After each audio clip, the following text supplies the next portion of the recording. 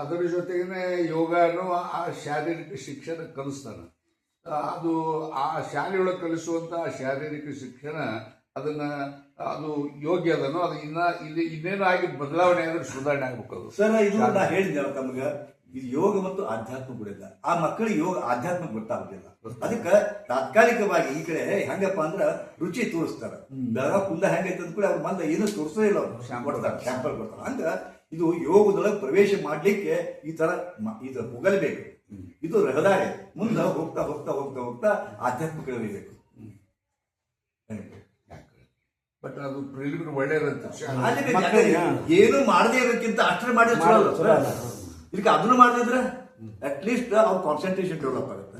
At least ಅವ್ರು ಆರೋಗ್ಯ ಸುಧಾರಿಸುತ್ತೆ, ಮಕ್ಕಳು ಆರೋಗ್ಯ ಸುಧಾರಿಸುತ್ತೆ. ಯಾಕಂದ್ರೆ ಇದನ್ನ ಮಾಡೋದ್ರಿಂದ ಲಿವರ್ ಶುದ್ಧೀಕರಣ ಆಗುತ್ತೆ, ಕರಳು ಶುದ್ಧೀಕರಣ ಆಗ್ತವ, ಬ್ರೈನ್ ಶುದ್ಧೀಕರಣ ಆಗ್ತವ, ಮತ್ತೆ ಅಷ್ಟು ಹೆಲ್ಪ್ ಆಗುತ್ತೆ. ಹೇಳ್ತಿಲ್ಲ ಚಿಕಿತ್ಸಾತ್ಮಕ ರೂಪದೊಳಗೆ ಎಲ್ಲರೂ ತಗೊಂಡಿದ್ದು ಚಿಕಿತ್ಸಾತ್ಮಕ ರೂಪದೊಳಗೆ. ಎಷ್ಟು ಮಂದಿಗೆ ಏನಾಗಿಲ್ರಿ, ಅದಕ್ಕೆ ಹುಚ್ಚಾಗಿರೋದು ಮ್ಯಾಡ್ ಆಫ್ ಯೋಗ. ಅದಕ್ಕಾಗಿ ಚಿಕಿತ್ಸಾತ್ಮಕ. ಈಗ ನೋಡಿ ಬೊಂಚು ಕರೀತಾರ, 10 kg ಇಳಿಸ್ತಾರ ಬರೀ ಯೋಗ ಮಾಡೋದು. ಐ ಲವ್ ಯೋಗ ಅಂತಾರ ಅವರು. ಆಮೇಲೆ ಸಿನಿಮಾ ಆಕ್ಟರ್ಸ್ ಅದರಲ್ರಿ, ಅವ್ರ ಏನ್ ಕೆಲಸ ಅಂದ್ರೆ ವೇಟ್ ಎಲ್ಲ ಇದನ್ನ ಮಾಡ್ಕೊಳ್ಳೋದು, ಕಡಿಮೆ ಮಾಡ್ಕೊಳ್ಳೋದು. ಅದು ಕ್ರೇಜ್ ಸರ್. ನಾನು ಯೋಗ ಮಾಡ್ತೀನಿ ಅನ್ನೋದೇ ಕ್ರೇಜ್ ಅದು.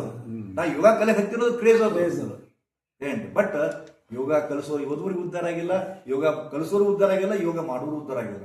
ಯಾಕೆ? ಆಧ್ಯಾತ್ಮ ಬಿಟ್ಬಿಟ್ಟಾರ. ಈಗ ಇನ್ನೊಂದು ಸ್ವಲ್ಪ